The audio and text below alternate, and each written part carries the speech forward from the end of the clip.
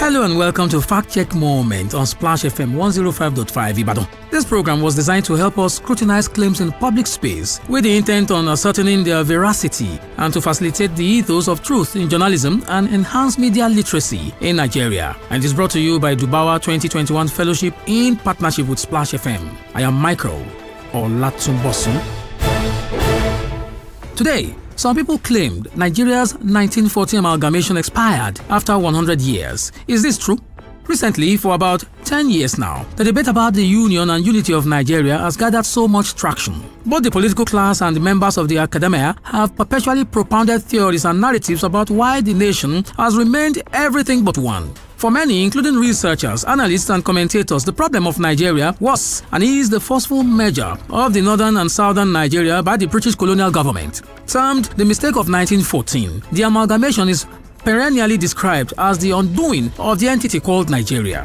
While Britain, through Lord Frederick Lugard, had their own reason for the amalgamation, many remain in the dark even today as to the rationale and think that the amalgamation should be scrapped and the region should be allowed to go their ways. This narrative is further strengthened by the purveyors of the termination or expiry theory of the amalgamation.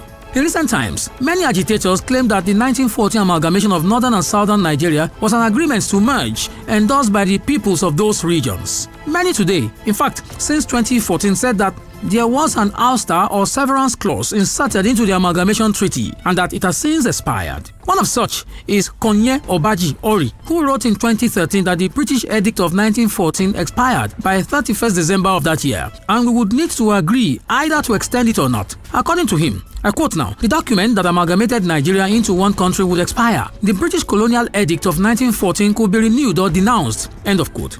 Similarly, Tony Nnadi, a lawyer and Secretary General of Movement for New Nigeria, insisted in 2014 that from 2014 Nigeria no longer exists because the lifespan of the amalgamation treaty had elapsed. I quote him now, Nigeria has come to an end. That's the way to put it very simply, he had declared. He argued that the amalgamation of the different regions did not happen in one fell swoop, but separate events that culminated in 1914. Therefore, there was equally a need to unbundle the package in order to come to a conclusion on the matter of the amalgamation.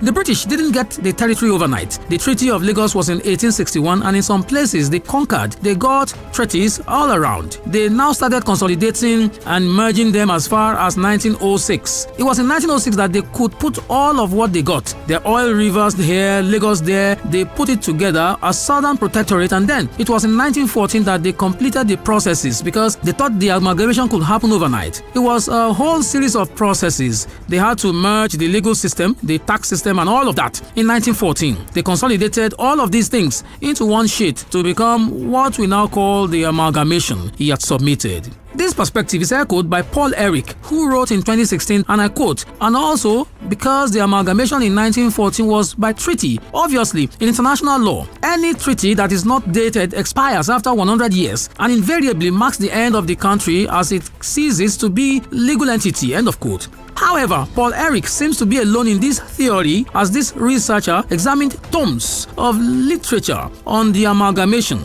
and there is no mention anywhere as to whether the amalgamation was a treaty or agreement. In the first instance, there is no study or research, including Lord Lugard's Nigeria report on the amalgamation of northern and southern Nigeria and administration 1912 to 1914, cited at the National Archives, University of Ibadan, with the indication that the amalgamation was a treaty or agreement.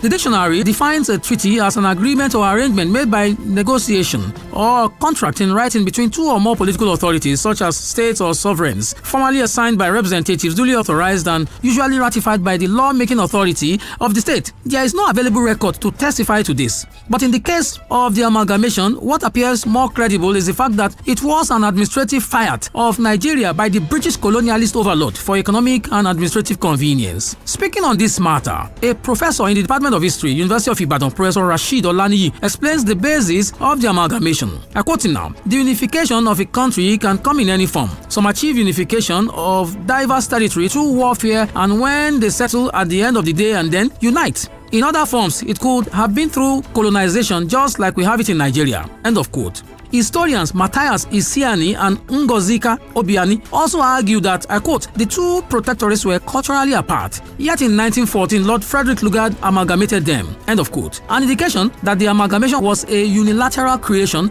of the British colonial government without any due consultation with the regions merged. Lord Lugard himself alluded to this in his much referenced report. Again, a perusal of archival documents and accounts of historians and commentators did not yield any testimony to the perpetually acclaimed 100 years severance or ouster clause of the amalgamation. Once again, Professor Rashid Olani opines that, quote, there was no timeline, no time frame, no deadline, not even 100 years. You see, in the process of agitation for all kinds of breakaway or something like that, there will be propaganda of all kinds. Different kinds of narrative will come up, he said. There was nothing like agreement. It was imposed by the colonial state. As a matter of fact, the first time that the Nigerian political class would meet and discuss was 1947, and that was when Nigeria Legislative Council, or the House of Representatives, was constituted in 1947. There was no treaty for the amalgamation of 1914. There was nothing like a treaty. Who represented who and where? These are the questions we need to ask. If at all there was something like that, it was colonially imposed because, one, there were differences in terms of the various resources of the various sections of the country by that time. So there was a need to balance the budget in order to facilitate the provision of infrastructure for economic exploitation. There was a need to fund the railway, the customs, to fund so many other aspects of governance by that time. From all available data, including Lord Frederick Lugard's report, there's no proof that the 1914 amalgamation of the northern and southern Nigeria had a 100 years expiry or cessation or ouster clause, as widely claimed by many commentators on the Nigerian state. There is no record of any treaty signed by leaders of the respective regions, as the amalgamation was a British fiat for the smooth running and governance processes. And that's the end of Fact Check Moment today. My name is Michael Olatunbosun. The researcher produced this fact check per Splash FM 105.5 Ibadan with the Dubawa 2021 Fellowship Partnership to facilitate the ethos of truth in journalism and enhance media literacy in the country.